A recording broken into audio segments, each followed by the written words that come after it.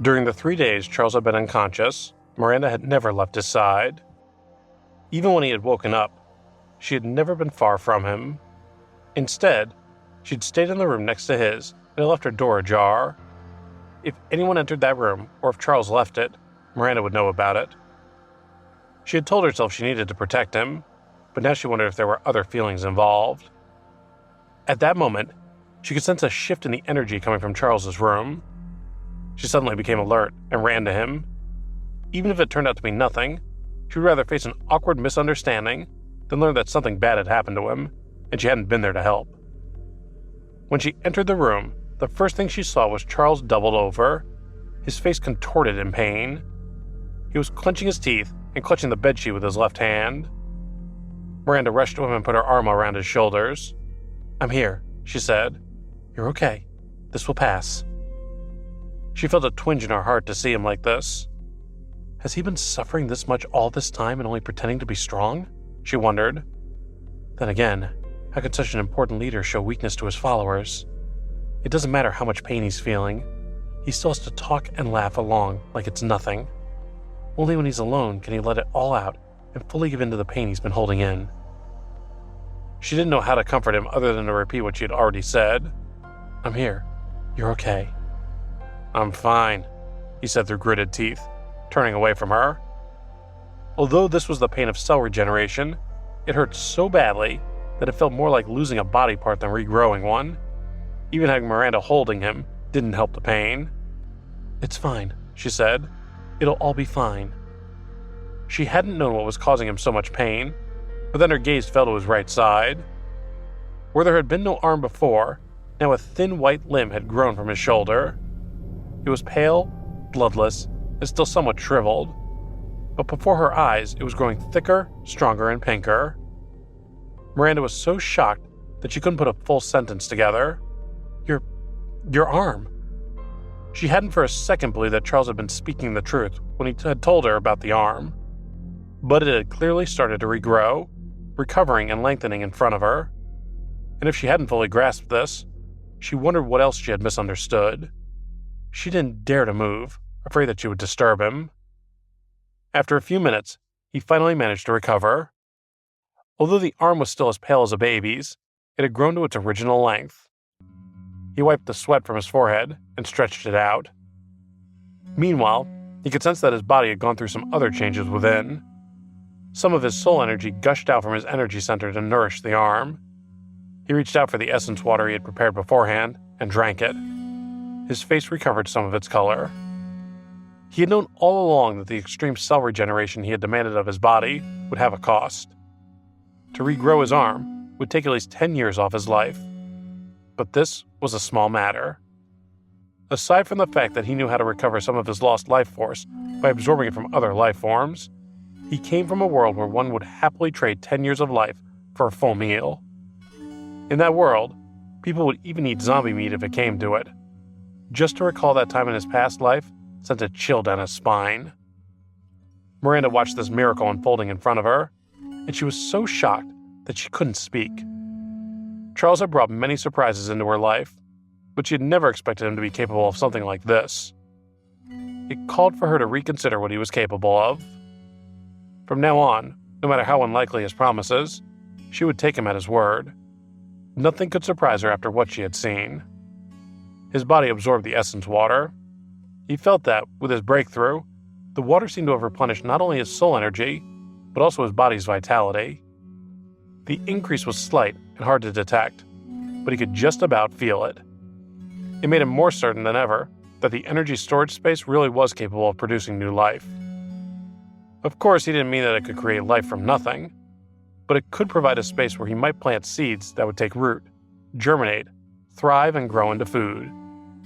If the storage space really could provide such an environment, he might no longer have to worry about providing food for himself and the others.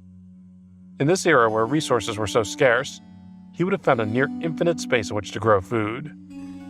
At this moment, though, he had other matters on his mind. Creating life is a power I thought only those who had reached the saint level possessed. But now, with the help of the storage space, maybe I already possess it. Maybe there are other abilities I already have that I thought you could only achieve when you got to that level. "Are you all right?" asked Miranda, seeing that he was deep in thought. He turned to her and noticed that she was very close. The air between them, what little there was, felt charged with electricity. He took her in his arms and said, "1 minute you're kissing me, the next you're trying to get as far from me as you can. What's really going on here?" He stroked her cheek with his newly grown hand. "What about Alice?" she asked. He pulled his hand away. He wasn't accustomed to sparing much thought for others' feelings, but her question had struck a chord. If they really spent this night together, how would they be able to live with themselves? But then she pushed him down onto the bed, and the doubts left his mind as quickly as they had arrived. "What are we doing?" Charles asked, stunned. But they were already undressing, giving in to the moment. "Let's not think about Alice tonight," Miranda whispered into his ear. That night, it was clearly going to be difficult to get any sleep.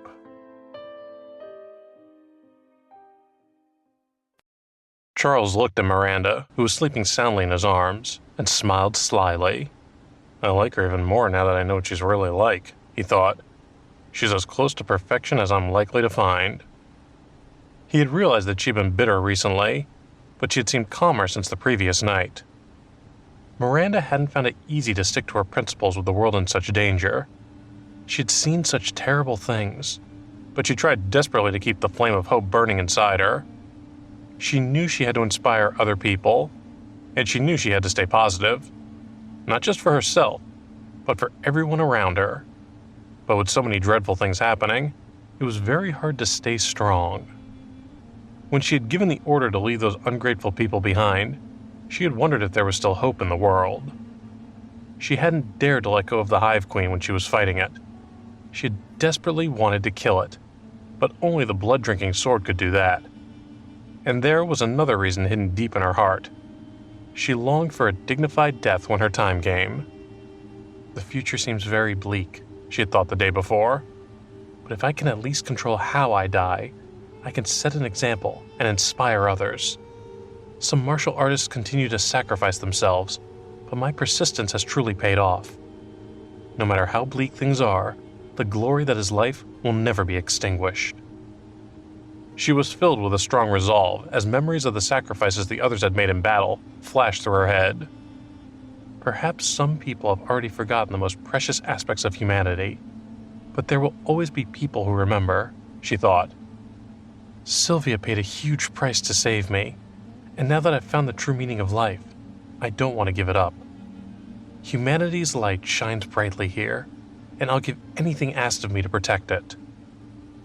Charles realized what Miranda was thinking. I can't let her become depressed like Kevin, he thought. She inspires people and keeps them going when life is very difficult. A squeak alerted him that the door to his room was being pushed open quietly, and Lena tiptoed in carrying a bowl of hot oatmeal. She was afraid that any movement would disturb him.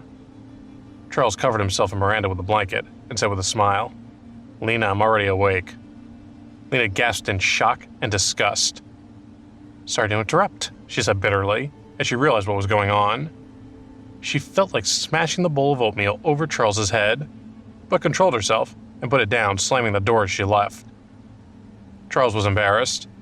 He was a successful leader and wasn't easily ashamed, but he felt awkward about his sister fighting him in bed with Miranda. Miranda had woken up, and she blushed as she reached for her clothes. "I have my reputation to consider," she said, not quite being able to work out how she felt about Charles. Charles smiled and teased her. "You weren't so shy last night." She took some deep breaths to calm herself down, and then she said to him, "Remember, I was the one who seduced you last night. You don't need to feel guilty. I'll explain everything to Lena later, and when Alice wakes up, we'll pretend nothing happened." Miranda secretly blamed herself. I must have been crazy to do what I did last night, she thought. But what's done is done. Charles wrapped his arm around her and said softly, "I can't have you taking all the blame. I care about both you and Alice, and I won't let either of you suffer." Miranda pushed him away. "Do you really think I need you to start being overprotective of me?" she spat. "I can look after myself perfectly well. I'm an independent woman with my own plans for my future. I have no intention of just being your plaything." Charles was stunned, but he understood what she was saying. Miranda's worst nightmare is a hopeless future with no control over what happens to her, he thought. She's strong, and she wants to live her life her own way.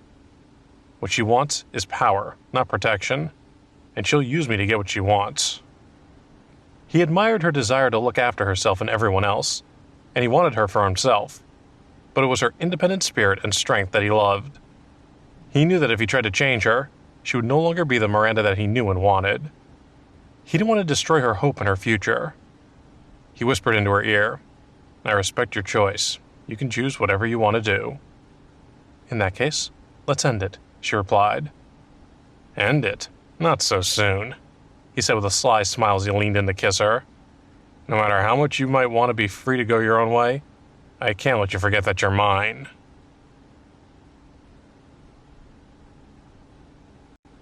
"You scumbag, Charles. You call yourself a hero? I don't think so." Lena stuck a knife into Charles's photo and hacked it into tiny pieces, thinking how her brother had, in the blink of an eye, destroyed her image of him as a good, decent man.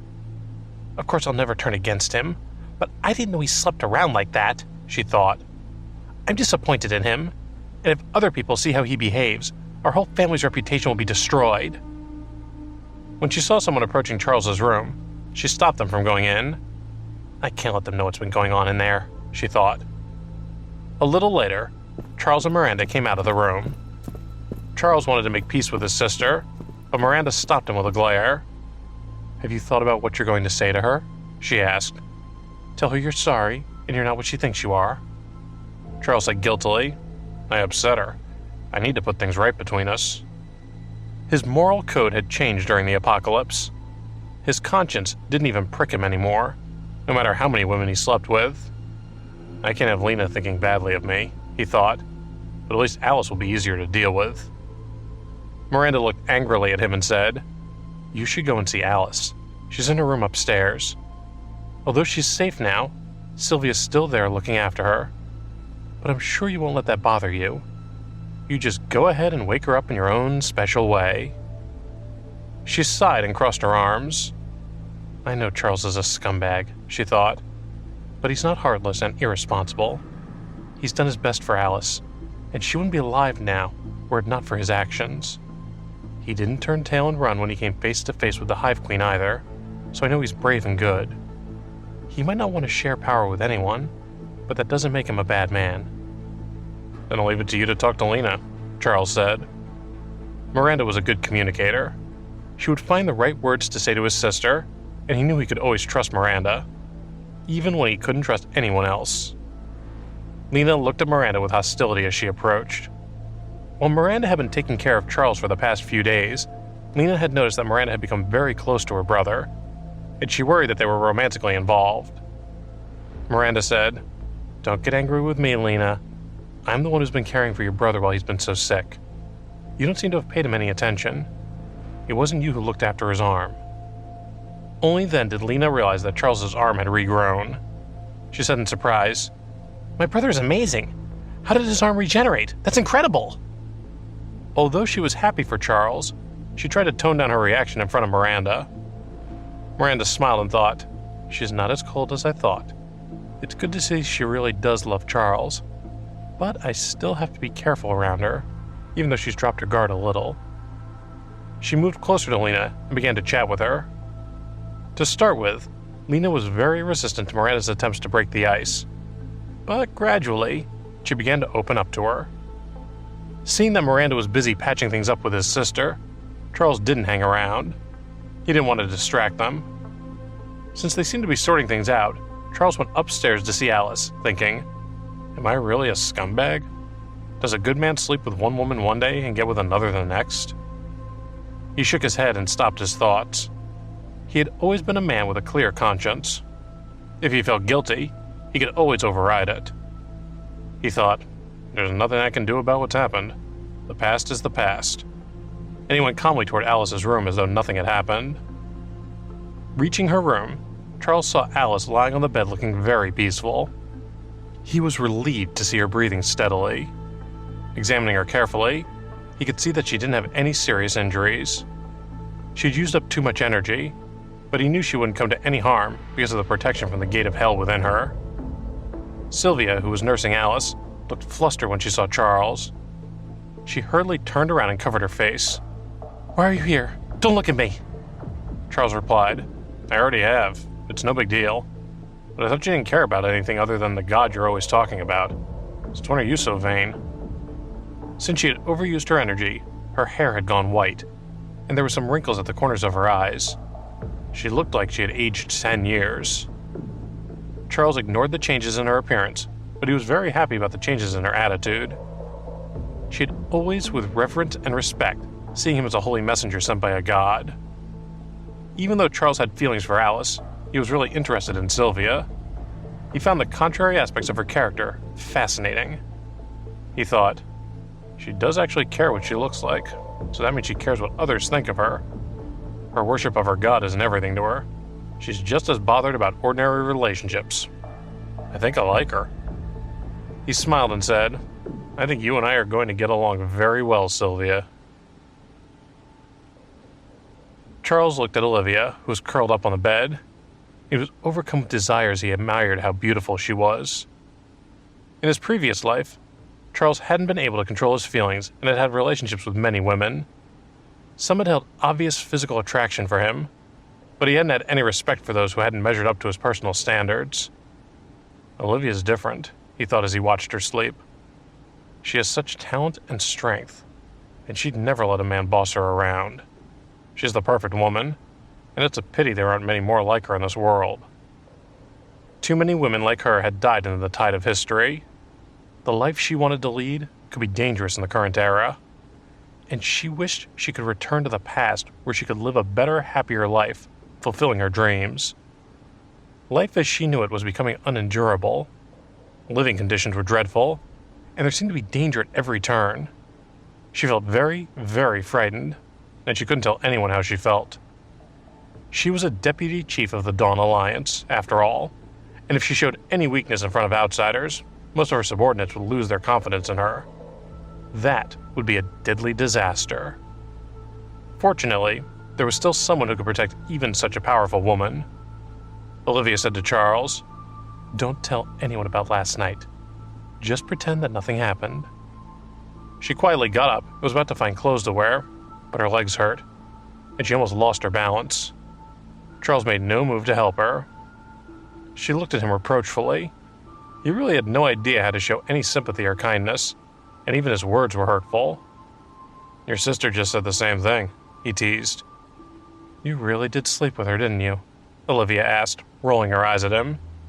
She knew just what sort of man he was. She was very close to Miranda, and they had no secrets. So of course she knew that Charles had taken her sister to bed. So what, she thought. I don't care who he sleeps with. He might not be a very decent man, but he'll protect me, and that's all I care about. Charles said, "You and your sister look a lot alike. You're both very beautiful." As he looked her up and down with a lascivious grin on his face, Olivia could tell that he was lusting after her. Scumbag, she thought. Of course, Charles knew that seduction couldn't be rushed. Although Miranda and Olivia's relationship was strong, they had no intention of sharing a man. Their loyalty to each other was important to them. However, Charles believed that the day would come when he would have them both. Wanting to change the subject, Olivia asked worriedly, "Charles, what do you think will happen to the Dawn Alliance in the future? Sometimes I'm afraid that even the whole city will inevitably become just a pile of ruins." Charles replied, "We can use our strength to protect all of this." His tone was firm and brooked no argument. "It doesn't matter what kind of enemy we face in the future. As long as you don't give up, there's still hope." He had already experienced incredibly dark times in the last 10 years of the apocalypse, but he still hadn't given up. He was still struggling from the losses he had suffered in his previous life, and he knew that even darker times lay ahead. Even though he had lost all the people around him, he knew that many people's hopes depended on him, so he had to survive no matter what. He was very grateful for the chance to be reborn. Therefore, he had to cherish his life and everything he had. "You're right.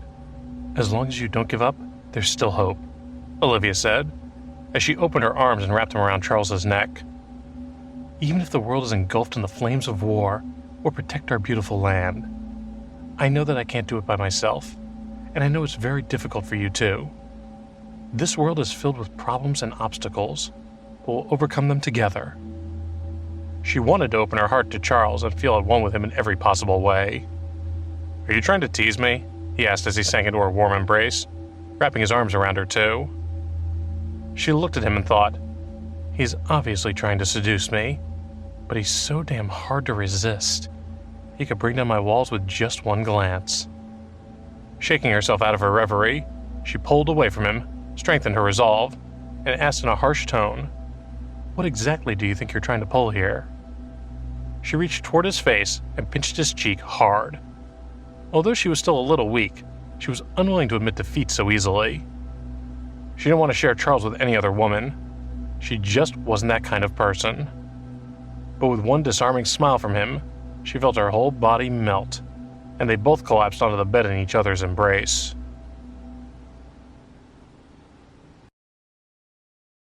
Charles quietly got out of bed, careful not to wake Olivia as she slept, and he crept out of the room to go find Sylvia. He found her gazing blankly at her aged reflection in a mirror, and he gently placed his hand on her shoulder. "I know that you'd become like this because you wanted to save someone who's very important to me," he said. "You've got a beautiful soul." He held her hand and looked at her with a thoughtful expression. Sylvia fought back her tears, but could feel them threatening to fall. She had worried that Charles might dislike her after her appearance had changed, but he hadn't minded at all, and her heart overflowed with emotion when she realized he still liked her. Charles said, "I gave you the name Sylvia. Although I don't often call you by it, it's your real name now. You're a woman of great faith in your God, but your works are just as important an expression of your faith as what's in your heart. You're a goddess yourself." Sylvia was confused. "I never understood why he insisted on giving me a name that he doesn't use very much," she thought. "Was it because of my faith? Did the name he's given me mean something special?" The thought that she might mean something special to Charles filled her with the same contentment she felt when she prayed to her God. Charles's hand caressed her face. Everywhere it passed, all the wrinkles disappeared, and her more youthful face was restored. He pointed to the mirror and said, "Look." When Sylvia plucked up the courage to look at her reflection again, she cried out in surprise, "My face! My face!" She wanted to jump up and down with excitement, but she was weak from expending so much energy on Alice. Charles could see how frail she was, and sighed. Being able to pull people back from near death and recover their original ability was not something that a Tier 4 paranormal could easily bear. Sylvia had paid a huge price and was now greatly weakened. Although she could recover her soul energy, her body couldn't recover quickly. Charles comforted her. "You can stay here and treat the wounded. I'll think of a way to help you get your strength back." Sylvia beamed with happiness. "Even if I can't ever stand up again, as long as I can help you, I'll be satisfied." If another woman had said that, she might have sounded hypocritical, but Sylvia's words came from the bottom of her heart, and she said them very thoughtfully. Charles said, "You don't need to thank me. Having you physically strong again will be more helpful to me than your thanks." Of course, healing Sylvia wasn't something that could be achieved overnight. "I know I have the ability to replenish my own life force, but transferring it to someone else needs me to bear a tremendous price, and I don't think I'm ready to pay that yet," he thought. "Even if I wanted to do so, I'd need plenty of opportunities to gather energy from rich sources that I've yet to find, which isn't a simple task." He gently kneaded his pale and smooth new arm with his hand. "Regenerating my arm used so much energy. What if I can't find enough energy to recover fully from using so much? Does that mean I'll have to sacrifice all the people at the survival base? And how would Alice and Sylvia feel about that?" Having comforted Sylvia, Charles pushed his thoughts aside and turned his mind to Alice and healing her. He released the spiritual strength that he had gathered into himself when he had broken through the gate of life and death. He then carefully checked the strength in Alice's body and finally confirmed the existence of the Gate of Hell. The so-called Gate of Hell was just that, the gateway to Hell. He could directly obtain power from Hell through this invisible gateway. When those who had a gate of hell in their bodies were injured or ill, or when they desperately desired power, the power from hell would enter them. But that kind of power was only helpful over a short period of time. If it was used too much, the person would fall into despair and become weaker. Charles thought long and hard about using the gate of hell within Alice. People who repeatedly use the power of the gate of hell have usually already lost all hope, he mused. If any ordinary person suddenly obtained such powerful energy, the disaster that they could create would be devastating, and that person would have to be eliminated. He paused for a moment and scratched his chin. But some people are different, he thought. They can rely on their powerful spiritual beliefs to suppress the gate of hell and use it as the foundation of their power. Someday, Alice will possess such a powerful spiritual belief and will even be able to use it to overcome the evils of hell. He gazed at her as she slept, a tinge of concern in his eyes. It's going to be very dangerous using her gate of hell. She used to be so weak and easily overtaken by despair. But I have to do it. It's her only chance. Determination flashed across Charles's eyes. Then, streams of energy started to flow into Alice's body. In his mind's eye, Charles visualized the gate of hell as a door in Alice's body that he began gradually to close. In the end, there was only a small gap that he had deliberately left there. Now that he had discovered the gate of hell, he was determined that it would no longer be a threat, but an opportunity for Alice.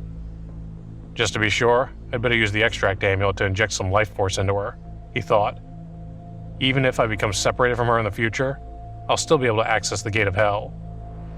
His work done, Charles checked Alice's condition again and said to Sylvia, "She should be able to wake up in at most a day's time. Since she can't move very well at the moment, stay here and look after her carefully. When she wakes up, let me know immediately." Sylvia nodded, and Charles left the room. If they had been living in the old era, Charles would have stayed by Alice's side until she woke up. But now, like everyone, he had other responsibilities, and so he couldn't stay with her. But he knew she would be safe with Sylvia. After leaving Alice's room, Charles went to see Miranda, who would use the force of her personality to completely dissolve Lena's hostility. Although they weren't close like sisters, Lena had already begun to trust Miranda and had told her she could just about put up with having such a scumbag for a brother. But Lena still viewed Charles with contempt. Charles wasn't able to hurry the reconciliation process or quickly change Lena's opinion of him, but he hoped their relationship would improve with time. Miranda asked Charles, "Since you've woken up now, should we call all the survivors over and hold a meeting?" Charles shook his head. He wanted to take a sensible amount of time to recover his health fully, knowing that it was risky to try to regain his powers too quickly. Not everyone in my position would have done the same, he thought. People would still be afraid to mess with me, even if I wasn't at full strength. But it's better not to take that risk. Things are dangerous now, and who knows what the future holds. It's important that I rest a little more, and then I can take full control. He said, "I used too much energy last night, and I still need some time to recover. I'm not in a rush to hold a meeting. I need to understand the current situation first. Please tell everyone that we'll have a meeting tonight." Miranda and Lena both looked angry and contemptuous. "You should have rested last night," Miranda said. Charles was surprised by her attitude. He had been talking about the huge consumption of energy he had needed to repair his broken arm, but she was clearly thinking of his bedroom antics. He could only awkwardly change the subject. "Where are Harper and Blair? Where did they go?" Lena said in a furious tone, "Don't you dare go getting ideas about having your fun with my friends." Charles was speechless. His sister's view of him had been completely ruined, and he felt terrible about that. Lena's good opinion of him mattered, and now it seemed he had lost it. How long is it going to take for her to respect me again? He wondered. Miranda smiled. "Don't worry, Lena. If your brother really wanted to take your friends to bed, would he have waited until now? He bribed them to protect you, so now he's asking where they are. Stop jumping to conclusions." Only then did Lena lower her guard a little. Charles, however, raised his head to look at the sky and he sighed. It's not easy being an older brother. And it's even harder now that Lena thinks I'm some good-for-nothing scumbag. Because there's so much danger at night, Blair joined the night patrol team, so she's sleeping during the day, Miranda added. Meanwhile, Harper's busy chasing after Zack. Zack and the rest went to the fortress to pick up the students. Harper followed, saying that she wanted to look after Zack along the way. Miranda and Lena carried on chatting quietly together, but Charles overheard them. A lot of women admired Zack. He was strong, but some thought him proud and arrogant. However, in reality, Zack was just introverted and self-disciplined. Harper hadn't tried to seduce him. She had just quietly stayed by his side, helping him cook and wash his clothes, as if she was trying to put the image of her being a desirable partner in his head. Her ploy had seemed to be effective.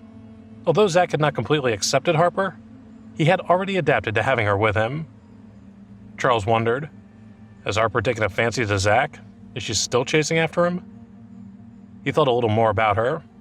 She is different than Penelope. Penelope is more gullible and easily gets hooked on a man, but Harper's more sensible. I guess she's just attracted to his quiet strength. But whatever Harper might feel for Zack, it's an extravagant hope to talk about relationships in the apocalypse. Charles half jokingly and half seriously said, I thought Zack would never want to find a partner. I'm relieved that Harper's so willing to help him. Lena and Miranda nodded in agreement. Miranda replied, I think Harper may have started out wanting a relationship based just on romance, but with the world the way it is now, I guess she's happy to have found a reliable man as a very good friend. Romance is too fragile to survive these tough times, so I think she's better going for someone she can live happily with, even if love doesn't really come into it. We all have to be practical about relationships nowadays. Zack's strong, trustworthy, and loyal. He'll never betray Harper. I wish them well. Later in the afternoon, Charles used the extract amulet to replenish the energy in his body and thought about the difficulties and the potential dangers of the future ahead. Soon after the sunset, everyone fell asleep, except for those on night patrol and those whose fear of monsters kept them awake. After everyone had rested for a while, the core members of the Dawn Alliance, including Kevin, Miranda, Greg, and the rest of the military, gathered together in the hall and began the first meeting to plan for the future, with Charles in his usual seat of power chairing the meeting.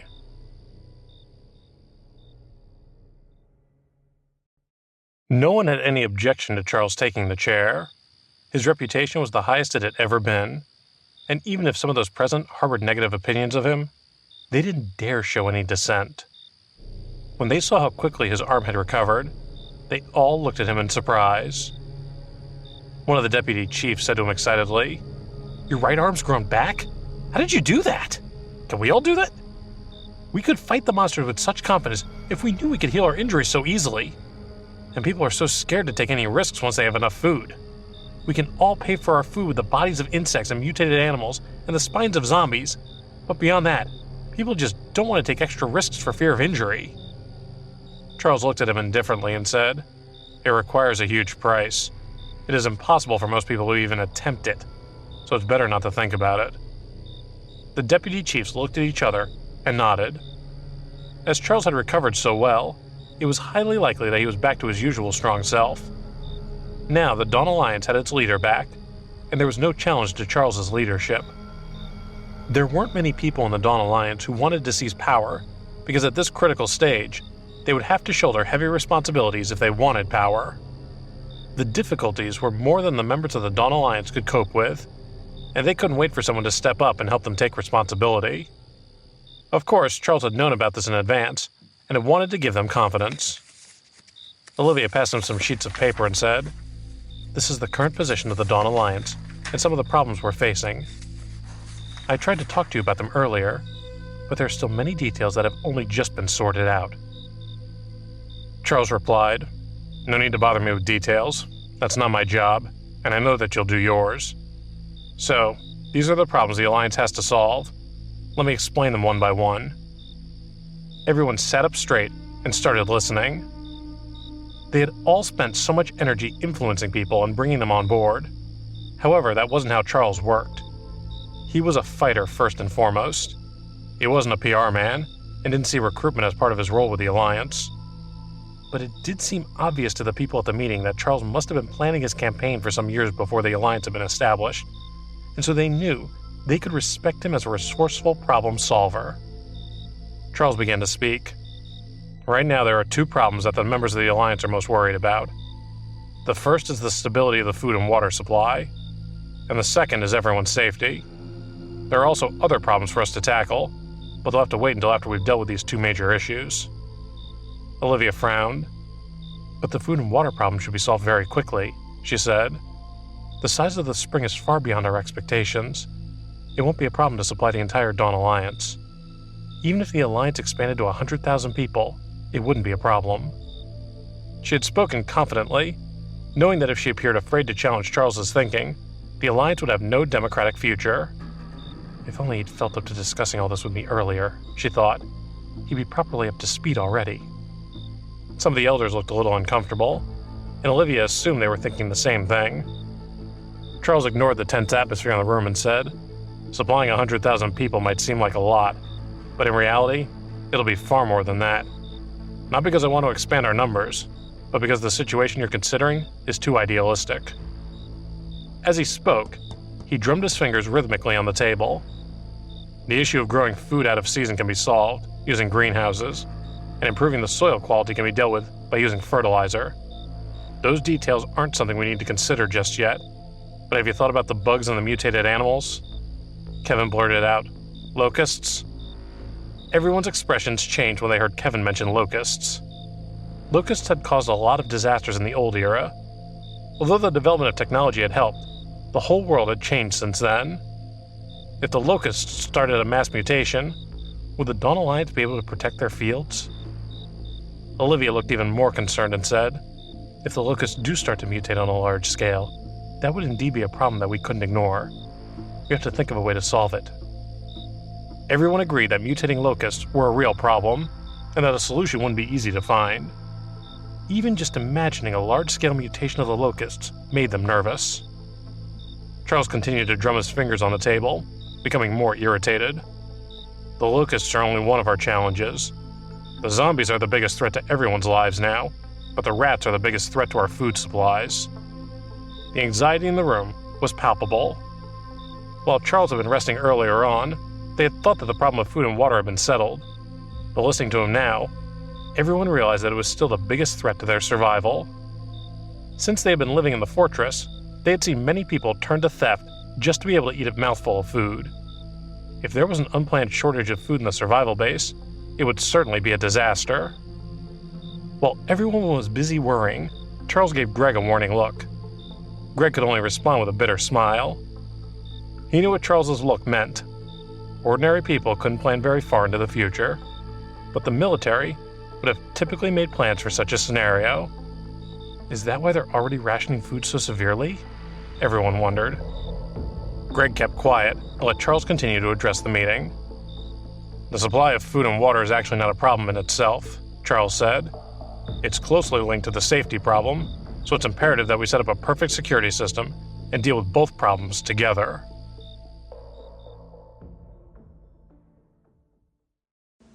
Olivia asked probingly, "Charles, if you've recovered enough to prepare a shield, how strong do you think it will be?" It was the question everyone was concerned about. If it weren't for the fact that Charles had the means to build an energy shield, not many of their Alliance members would have followed them. For them, the ideal situation was that Charles would use the energy shield to solve their security problems so that they could all sleep in peace. But Charles was hesitant to do so immediately. He had established himself as a leader, but he ultimately still served himself. He didn't want to be solely responsible for everyone's safety while all the others relaxed. Although he had changed a little, there were some aspects of his character that would never change, and one was his determination that the Dawn Alliance didn't care for idle people. If he decided someone had no value within the group, he wouldn't take them in. "The energy shield will be a relatively sturdy and easily repaired wall," he said. "It'll work well against our enemies, but it may also extend into the sky and Earth. It can prevent birds in the sky and helpful bugs in the ground." "Right now," Kevin said, "defending against external enemies is the most important thing. No one's in the mood to create any internal conflict right now." Charles nodded. "You're right, but we can't just take everything at face value. We need to utilize people effectively. The team you formed, for instance, has the potential to be a squad willing to fight to the death outside, but you've got them patrolling and guarding the gate. It's a waste." Kevin had adopted his family's method of raising loyal servants. Although he didn't like using people that way, he knew it was an easier sell than asking them to give up their lives for him. There were many people in the Dawn Alliance who were hot-blooded enough to give their lives for others, but they required specific conditions to do so, and Charles didn't have the time to either win over the Alliance members one by one or brainwash them. Kevin had managed to train a group of people effectively enough that they likely would die for him, but he preferred to use them to patrol and guard the gate. In Charles's opinion, it was a waste of their skills and potential. Using them as a defense army when they could be trained as personal bodyguards was a terrible use of resources. "I know that's what you think," Kevin said, "but I really don't trust others to guard the gate. At first it was fine, but most people can't train their attention to focus for that long all night. As soon as they get the chance to slack off, they will. They fall asleep when they're on their own, and they gossip when they have a partner. I feel reassured knowing my own people are on the job. They're dedicated, and I trust them." Charles understood that night vigil duty wasn't a task that ordinary people generally wanted to do. Moreover, everyone was tense, and it was easy for them to get too jumpy or else run away at the first sign of danger when they had been up all night. Kevin was evidently worried about ordinary people being responsible for everyone's safety. "Once I build the energy shield," Charles said, "it's everyone's responsibility to ensure it remains strong. Once it's in place, the number of guards can be reduced, and so can the workload. Withdraw your guards and train them for battle." "If it's safe enough to reduce the number of guards," Kevin argued, "then we can just use one or two of my elites. It's not going to ruin our security standards just because one or two of them are recruited as guards and sentries. I'll withdraw them from the day shifts, but I still think it's sensible to use the best people to guard during the night."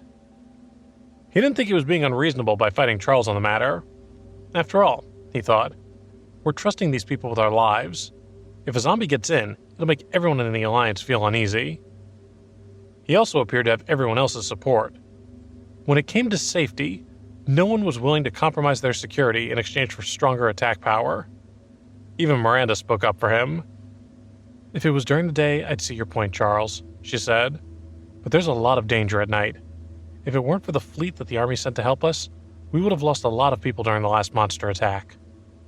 She wasn't about to risk everyone's safety. Everyone looked at Charles nervously. They knew that he was a stubborn leader. Even if he knew he was wrong, they knew he wouldn't admit he had made a mistake. Even if it caused a huge loss, he would likely blame it on subordinates instead of his own miscalculation. Charles was silent for a few seconds. Then he said, "If you're also worried about the matter, how about we pull everyone off night duty?" he said.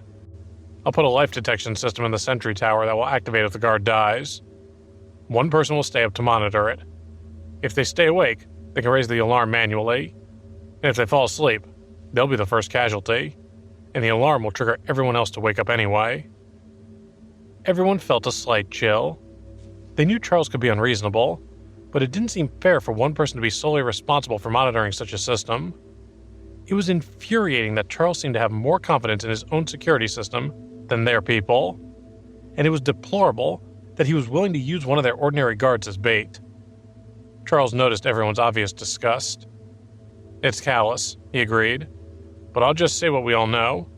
If a sentry is going to be taken out, I'd rather it was an ordinary person and not one of Kevin's elite fighters. If the guard knows they're the only person standing between us and death, it'll make them more vigilant. Trust me, they'll be too afraid to sleep on the job." For a moment, no one could reply. Although the move was ruthless, it was also undeniable that whoever was guarding wouldn't dare fall asleep if they knew their life was on the line. Charles insisted on using his method because, during his previous life, their survival base had fallen, and the survivors had been forced to learn their lesson through blood. He needed everyone to know that night duty was a serious job that had the potential to prevent a great loss of life. He wanted Kevin's most loyal fighters to be battle-ready, but at the same time, he knew he needed the night guards to do a good job.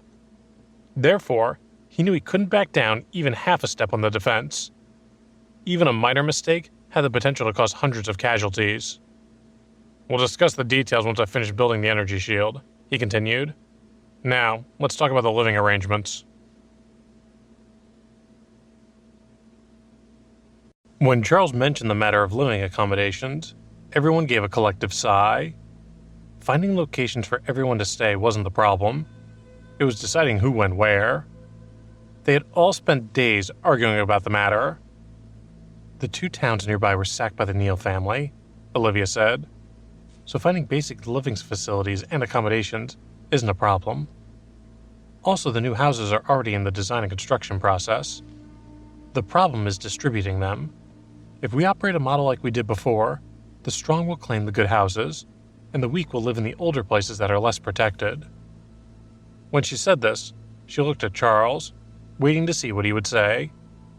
The law of the jungle hadn't changed in the new era. Even during times of civilization and peace, it was natural for the strong to occupy high-quality resources. But they didn't want to encourage that type of behavior. Even if they did condone that method, they knew that when they had faced the Hive Queen, many martial artists had fought bravely and had been willing to sacrifice their lives for others. That had made many of the martial artists believe they were entitled to decent accommodations too. Look, Kevin said boldly, even if we're technically weaker than the paranormals, we still lay our lives on the line. I'd argue that's an even bigger sacrifice than someone who was stronger doing the same. There was a murmur of assent. Surely their actions gave them equal status to the paranormals. Although many paranormals no longer looked down on martial artists and even considered them valuable help, it didn't mean that they were ready to acknowledge that they were on equal footing. There were also a number of paranormals who were dissatisfied with the Alliance in general, as well as with Charles's leadership. Honestly, I've seen all of your new building blueprints, Charles said, and I think we should start from scratch. But they were designed by military experts, Greg said. If we reject them and start over, the architects, not to mention the military, will be furious. Also, if we do decide to reject them, I'll need to at least give them a valid reason. Everyone agreed that what he said was reasonable. Putting aside the fact that they had already put in a lot of hard work, if an outsider were to start interfering with construction, it would be a disaster. Charles waved his hand. I'm not questioning their professionalism, he said, but their thinking patterns are still stuck in the old era. For example, the tallest building you designed is only 6 stories high. It's a huge waste of potential living space. If the building covers a large area, then it reduces the amount of land we can use for farming. After 10 years of surviving the apocalypse, Charles had a deep obsession with food and water. When he thought of the years he'd been tortured by hunger and thirst, he knew that he never wanted to suffer like that again. Therefore, regardless of the problem, his opinion always circled back to the issue of food and water. He didn't care how many people opposed him.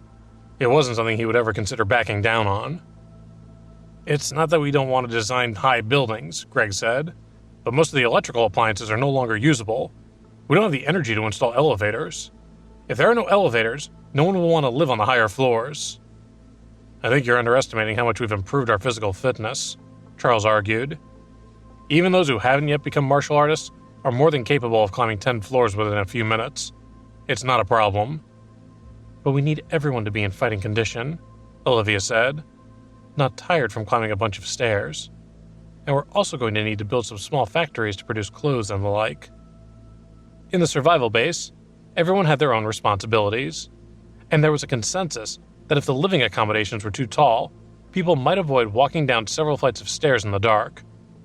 No light meant they would struggle to get around, and it would reduce everyone's incentive to go out or participate. Charles, however, argued that they wouldn't allow people who didn't work to continue living in the base. He reminded them that there was no room for lazy people. He carved a few symbols on the table in front of him. Then the symbols began to glow with a bright light, like a lamp in the dark night. Everyone's eyes lit up when they saw the light. They had been relying on candles to illuminate everything.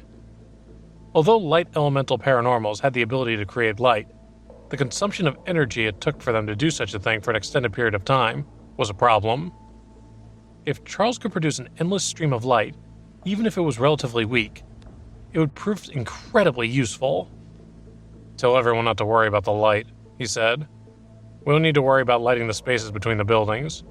We should close the distance between the buildings or install a passage between them. We can also set up some shops on the roofs, or even small factories, as Olivia mentioned, for textiles and things. The power of thunder in his hand transformed itself into an image of the framework of a 3-dimensional city. The future, Charles said, is having living environments with a vertical structure. This way we can save a lot of living space. If we reduce the living area, we'll have more land to grow food. The crowd looked in awe at the miraculous model in Charles's hand. They could only use their soul energy for attacking purposes during battles, but he could use his in order to perform mundane tasks, such as creating a three-dimensional model. Although it was just a model, the amount of control he needed to master his energy in such a way was a terrifying prospect. "I think you're obsessed with food," Kevin remarked. Everyone looked at Charles with puzzled expressions. Charles shrugged. "It's one of my main concerns," he said. "It might seem arbitrary, but when it comes to planting crops, I don't cut corners and I don't compromise. I won't go hungry." Seeing Charles's determined expression, some people who were less familiar with him felt uncomfortable. "So, you want us all to live in a beehive just because you're a paranoid dictator?" Kevin demanded. He was frustrated at Charles's lack of compromise. If they had the ability to create their own living environment, he didn't see why they should cram themselves together like sardines. The assembly turned their eyes to Olivia. She smiled bitterly and shook her head. She knew that, aside from Kevin, no one else dared to object to Charles. She was the only one bold enough to do so, and she could practically hear the others begging. "If we're all stacked in a tower," she said, "you're going to have some extremely dissatisfied people. You might be able to convince ordinary people who don't have a sense of security and who think it's the only option. But strong, confident people won't be willing to do that." It seemed that the problem of housing distribution was even more serious than they had anticipated. "You're right," Charles agreed. "I don't want to live in somewhere like that either. That's why I'm suggesting providing it for ordinary people. As you say, they can be encouraged to live that way. Personally, I want to live in a villa with my family." Olivia looked at him incredulously. "Are you serious?" she asked. "If you do that, you're going to start a riot. How can you think ordinary people will be okay with that?" She felt her heart sink. She couldn't believe Charles would do something so selfish for his own greed and enjoyment.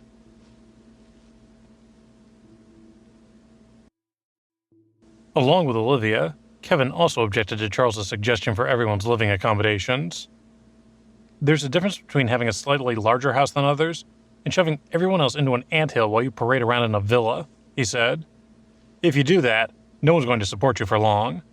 No one has that amount of tolerance, even if you do win wars for them." He didn't care how popular Charles was. He knew that if he went through with such a blatantly stupid plan, he would destroy everyone's idolatry in moments. And if Charles's image was shattered, the ensuing dissolution would cause chaos. "I'll build a villa for myself," Charles clarified, "but it'll be on the perimeter of the base. That way, if we come under attack from the outside, I'll be the enemy's first target. It's a nicer house for an additional risk." Everyone was shocked by this suggestion. "Don't be ridiculous," Miranda said. "If something happens to you, the entire survival base will be ruined. You were only unconscious for a few days. Do you know how much chaos occurred in that short time?" Her protestations for the greater good were simply an excuse. In fact, she didn't want anything to happen to Charles. Olivia also tried to persuade him. "Your plan should have several entrances to the survival base," she suggested, "because the enemy won't necessarily be coming from a fixed direction. You should be in the middle." "I've known these people for barely longer than 3 weeks," he said. "I can't remember most of their names. Do you think they'll be willing to protect me?" "There's no other way," Olivia said anxiously. Charles shook his head. "The reason we're united now isn't because they think that unity is the answer to survival. It's because they believe that all of us are strong leaders and that we've left the most dangerous enemies behind us. If they don't think we're worth it, then what's going to convince them to fight to the death when danger comes?" Olivia went to say something, but Kevin stopped her. "It's not easy to make people pledge loyalty," he told her. "The most effective way is to lead the troops. And Charles does have a point.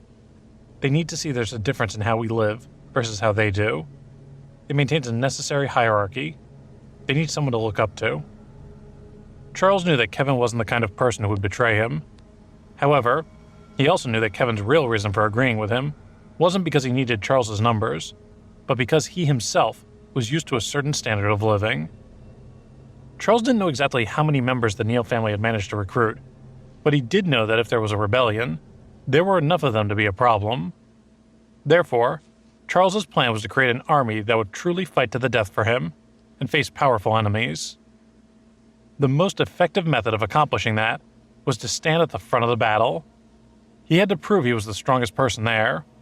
When he shouted, "Attack," it was the equivalent of saying, "Follow me."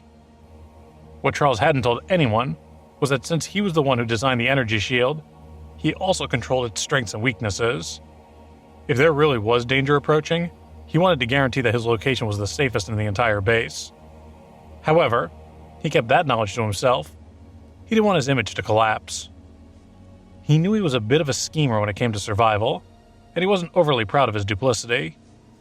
But he reasoned that, once he was sure of everyone's loyalty, he could redesign the shield as he pleased. He took out a hand-drawn design. "These are my rough ideas for the survival base," he said. "I want to explain them to everyone." During the remaining hour, the entire meeting was almost exclusively filled with Charles's ideas. He spoke in a hurried monologue and didn't give any of them the chance to interrupt. His plans weren't as detailed as a professional architect's. However, he had factored in all the issues he could think of. When the professional architects had designed the buildings, they had used the existing structures as a template. This meant that they had certain design limitations. But Charles's design was entirely new. His only apparent template was the era itself. Including the defense system, Charles had taken almost every aspect of the survival base into consideration, including the projected changes in everyone's strengths, as well as the environment and terrain.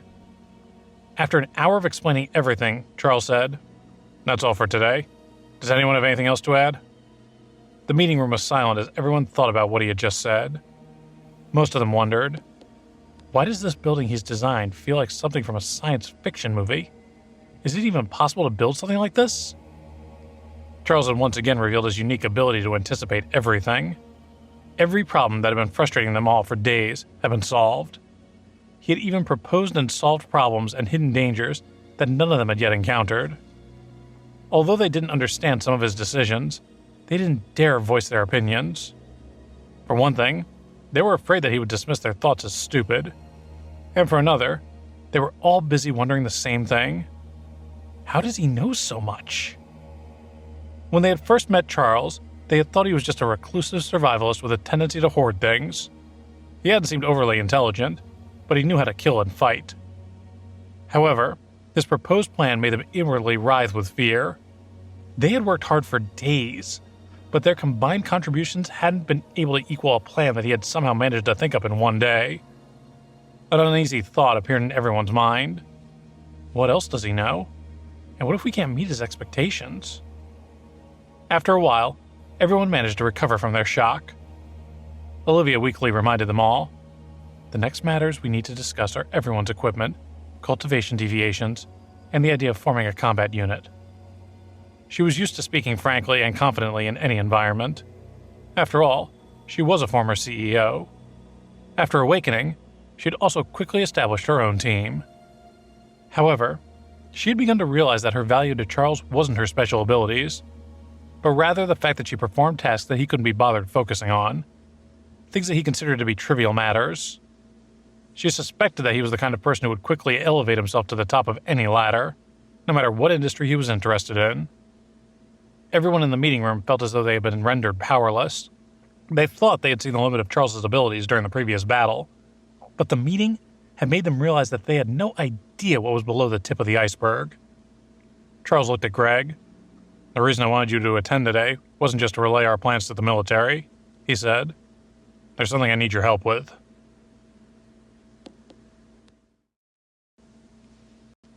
Greg smiled at Charles. Before the meeting had started, he had received orders from the military. To thank Charles for killing the Hive Queen and stopping the insect threat, they had sent several important people to help the Dawn Alliance build their new base. The military was tight on manpower and resources, but they also knew that Charles had something they wanted. They therefore wanted to make a deal with him. They were even prepared to offer firearms in exchange for some things they wanted. The Dawn Alliance had encountered some problems during the construction of their new home during the previous days, which had caused them many headaches and arguments, especially when it came to matters regarding safety and protection. It had made the people of the Alliance frustrated and irritable. The military thought they had arrived to help them in the nick of time. However, once Charles had woken up, the problems that had been plaguing everyone had been almost immediately resolved. It seemed the army was no longer necessary, and they were doing little more than cluttering the space. Greg thought that it was lucky they had been able to help before Charles woke up. Otherwise, he would have had very little leverage.